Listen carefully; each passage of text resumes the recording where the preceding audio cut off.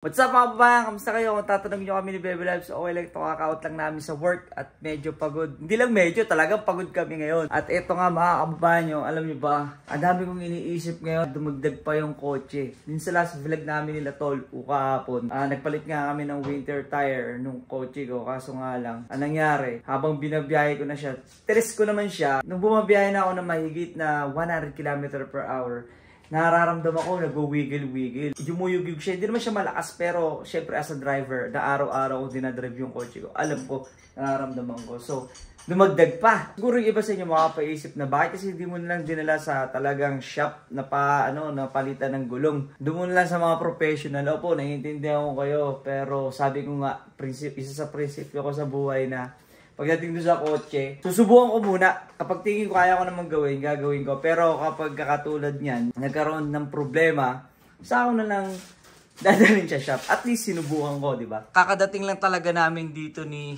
Bebe Loves. Siguro mga 30 minutes ago. Nakaupo na lang ako dito at nag-iisip, sabi ko, ano ba, dadalhin ko ba yun? Kaso talagang pagod na mga kababayan. Pumasok kami ng alas 6 ni Bebe Loves. Umuwi kami. Nakarating kami dito sa apartment ng 6:15. So, sabi ko na lang na pahinga na lang ako.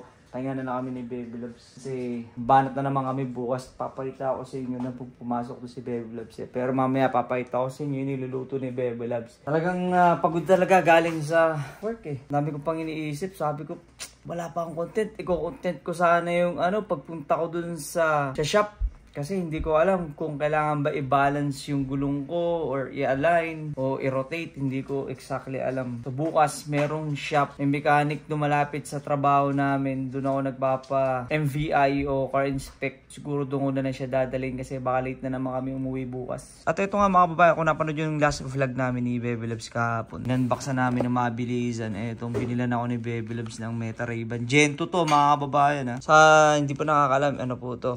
Sunglasses po siya. Ito sa akin kasi transition na meron po siyang camera. Ray-Ban po yung O kung tawagin po to, ayun, Meta Ray-Ban. So early gift po sa akin to ni Bebe Loves. At mamaya pagkatapos nitong pag-video ko na to, pag-aaralan ko kung paano ko gagamitin to kasi kailangan ko mabawi ito. Yung binili ni Bebe Loves to. Magkano bili mo rito, B?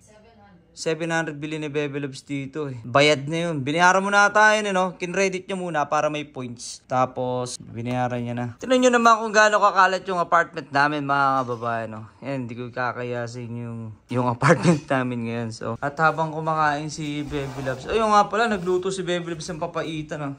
Ayun tayo mga kababayan. Comment down below kung talagang Ilocano ba, sa mga Ilocano ba ang nanggaling yung papaitan, B? O kay mga taga Bicol talagang nagluluto na kayo ng papaitan na? Mga taga Bicol. Basta pag Pinoy ka, papaitan yan. Yun. So yan mga babae, Ito. At punta lang tayo dito. Si Bebe Loves, kawawa naman yun. Talagang pagod din si Bebe Loves eh. 12 hours kami nagtrabaho. Hindi, 11 pa lang pala, B, 11 hours lang 11 hours kami nagtrabaho ngayon. Luto daw siya ng okma.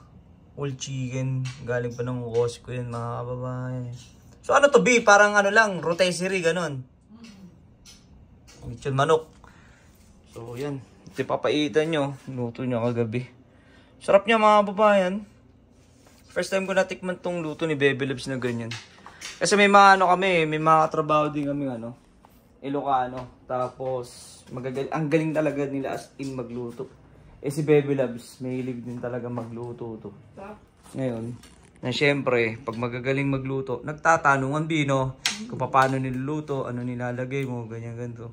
So si Bebe Loves, yun. Nakagawa siya. Ano ba, first time mo bang gumawa ng papaitan o ano? First time mo? Sarap niyan. Ano ba nilagay mo dyan? Mabilis lang. Towel ng baka. Towel? Tapos, ay, baka to, B. Tapos, clean intestine.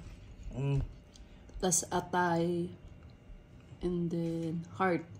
Medyo, ito na yung time of the year kasi namin na medyo busy na ulit tayo, B, Sa company, meron kaming doon, kung tawagin ni, spring season. From April to B? July ba yun? Mga July, Mga ganun, daming gawa namin doon, so medyo nakakaipon. Hindi medyo, talaga nakakaipon kami ni Bebe Loves. Ngayon naman, etong parating ng December, eto na nga, na lagi na rin kaming maaga papasok. Magiging challenging ngayon dito yung daily vlog na gagawin ko. Itong ginagawa ko mga bay. Pero kahit na simpleng vlog ang gagawin ko, gusto ko pa rin talagang ipagpatuloy itong daily vlog na to kasi committed ako dito.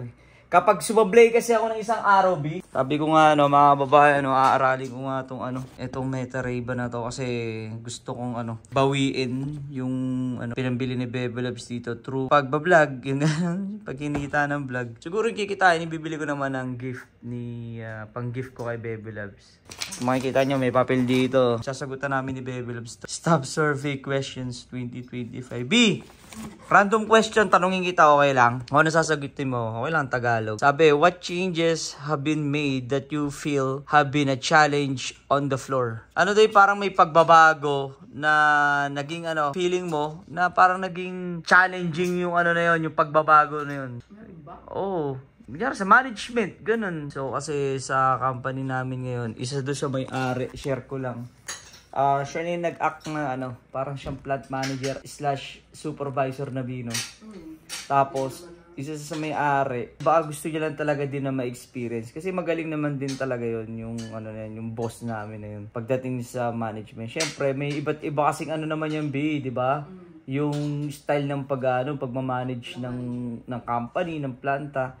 At the same time, siya pa yung sa logistics. So, nakapanibago lang. Tingin ko, ayun yung sagot ko dun sa Tingin ko yung sagot ko sa number 2. What changes have been made that you feel have been a challenge on the floor? Yung ngayon nga, na may bago tayong plant manager / supervisor / boss. Sabi ko, iba't iba naman yung pamamaraan ng management eh. Depende naman sa tao yan. So, syempre, baka naninibago lang kami. Pero okay naman yun. Baka gusto niya lang din talaga ma-experience. Tsaka bakit hindi kasi sa kanila naman yun eh. Magre-reklamo mo pa ba tayo, Doon ako na citizen eh. Doon ako nakakuha ng job offer. Doon ako na PR. Doon ako na citizen. Tapos doon ko pa nakuha sila Bebe Loves, Tol U.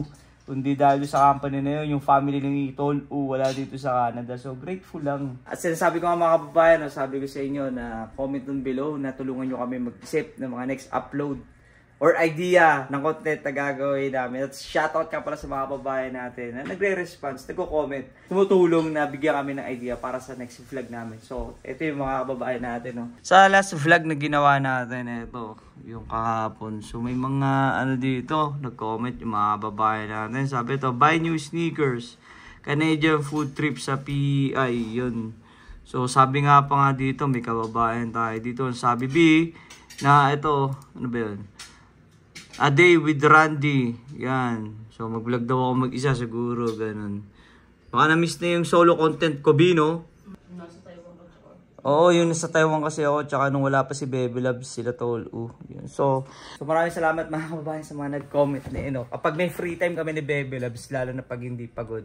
Katulad agad to, after work. Pagod talaga. Hindi na kaya ng power natin. Pero pag may pagkakataon kami, gagawin namin yung mga suggestion na yun. So sabi ko nga, natulungan nyo naman kami. Comment down below mga kababayan, bigyan nyo naman kami ng idea para sa mga next content na gagawin namin ni Bebe Loves. So tunay na buhay ng mga Pilipino dito sa Canada. Puro trabaho, Puro trabaho, pero okay lang naman. Grateful lang. Sinishare lang namin sa inyo. Hindi kami nag-reklamo. Puro trabaho kaysa sa walang trabaho? Legit. Kasi sabi ko nga, yung kalagayan natin ngayon, pagod, ganito, puro trabaho, pero pinapangarap to ng iba. So yung mga babae, sana na-enjoy nyo itong vlog namin. So please, pasubscribe naman mga babae, press yung notification bell para hindi nyo mamiss yung mga next vlog na gagawin namin ni Bebe Loves dito. So next vlog na lang, stay safe and God bless. God first, let's go!